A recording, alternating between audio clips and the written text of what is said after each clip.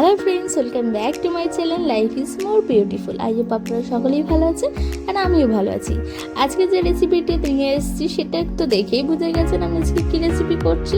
সেটা হচ্ছে বাঙালির প্রিয় ছানার কালাকাঁদ।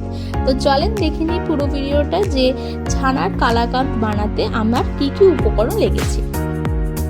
আমি কালাকাঁদটা বানানোর জন্য প্রথমে একটি কড়াই নিয়ে নিয়েছি, তার মধ্যে কিন্তু 500 ml এর মতো প্যাকেট দুধ নিয়েছি। আপনারা চাইলে যে কোনো দুধ নিতে পারেন।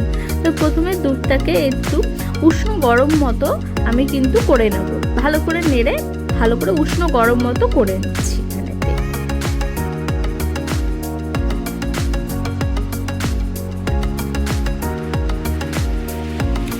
এরপর এখানে দুধটা একটু গরম হয়ে গেলে তার দিয়ে আমি বড় দুই হাতা কিন্তু দুধ একটা কাপেতে কিন্তু তুলে রাখছি।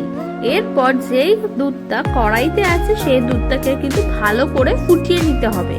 ফুটিয়ে নেওয়ার পরে আমি এখানেতে 4 চামচ মতো ভিনিগার আর হচ্ছে হাফ কাপ জল দিয়ে ভালো করে দুটো মিশিয়ে সেটাকে কিন্তু ওই কড়াইয়ে দুধের মধ্যে দিয়ে ছানা কাটিয়ে নিচ্ছি। আমার এখানে দেখুন ছানাটা বেশ সুন্দরভাবে কেটে গেছে। তো বেশ ছানাটা কেটে যাওয়ার পর আমি কিন্তু এই ছানার থেকে ভালো করে চিপে চিপে জলটা বের করে নেবো। যার জন্য আমি এখানে একটা স্টিলের ছাঁকনি মতো নিচ্ছি, বড় ছাঁকনি নিচ্ছি। তো আমি এখানে কিন্তু জলটা ঝরিয়ে ভালো করে ছেঁকে নিয়েছি। এরপরে কিন্তু আমি কড়াইতে মালাই করার জন্য এখানে মালাই করার জন্য প্রথমে এতে গুঁড়ো দুধ নিয়ে নিচ্ছি। গুঁড়ো দুধ এখানে আমি বড় 2 চামচের মতো দিয়েছি। তো গুঁড়ো দুধটা ভালো করে এখানে মিশিয়ে নিতে হবে।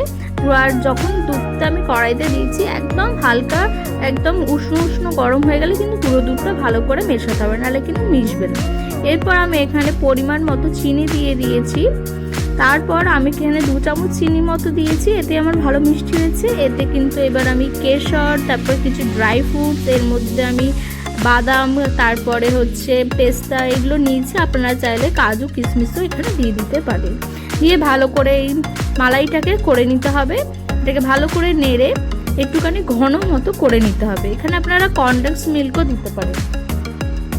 এবারে এখানে আমি সন্দেশের জন্য যে ছানাটা করেছিলাম সেই ছানাটাকে কিন্তু একটা জায়গায় ঢেলে ভালো করে কিন্তু হাত দিয়ে একটুখানি মেখে নিতে হবে। তো মেখে নেওয়ার পরে আমি কিন্তু এখানে বেশ যাতে ভালোভাবে ক্রিমটার সাথে, ক্রিম বলতে এখানে মালাইয়ের কথা বলছি, মালাইটা এখানে দেখো ফুটেও গেছে। তো এবার এর মধ্যে কিন্তু আমি মেখে রাখা বলতে কিন্তু ঝুড়ো ঝুড়ো হবে, একদম সেই আলু মাখার মতো হয়ে যাবে সেরকম না। মেখে রাখা বলতে এরকম ঝুড়ো ঝুড়ো হবে। ওইটাকে কিন্তু ওই মালাইয়ের মধ্যে আমি দিয়ে দিচ্ছি। দিয়ে এবার এইগুলোকে কিন্তু ভালো করে মিশিয়ে নিতে হবে। মিশিয়ে নিয়ে এবার আমি নাড়তে থাকবো। আপনারা পুরো ভিডিওটা দেখতে থাকেন। আর আপনি যদি আমার চ্যানেলে নতুন বন্ধু হয়ে থাকেন তাহলে অবশ্যই আমার চ্যানেলটাকে সাবস্ক্রাইব করে আমার পাশে থাকবেন।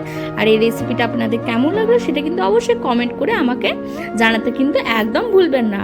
আর এই রেসিপিটা যদি ভালো লাগে তাহলে কি করবেন, অবশ্যই লাইক করবেন। আপনাদের বন্ধু আত্মীয় পরিজনের কাছে কিন্তু শেয়ার একদম চাই, ঠিক আছে? তো এখানে দেখলেন আমার এখানে কিন্তু নেড়ে একদম হচ্ছে যে ছানাটা সেটা কিন্তু পুরোপুরি একদম ড্রাই মতো হয়ে গেছে, একদমই কিন্তু আর সেই লিকুইড ব্যাপারটা নেই। তার জন্য এবার আমি এটাকে সেট করব। এবার আমি এটাকে একটা যেখানে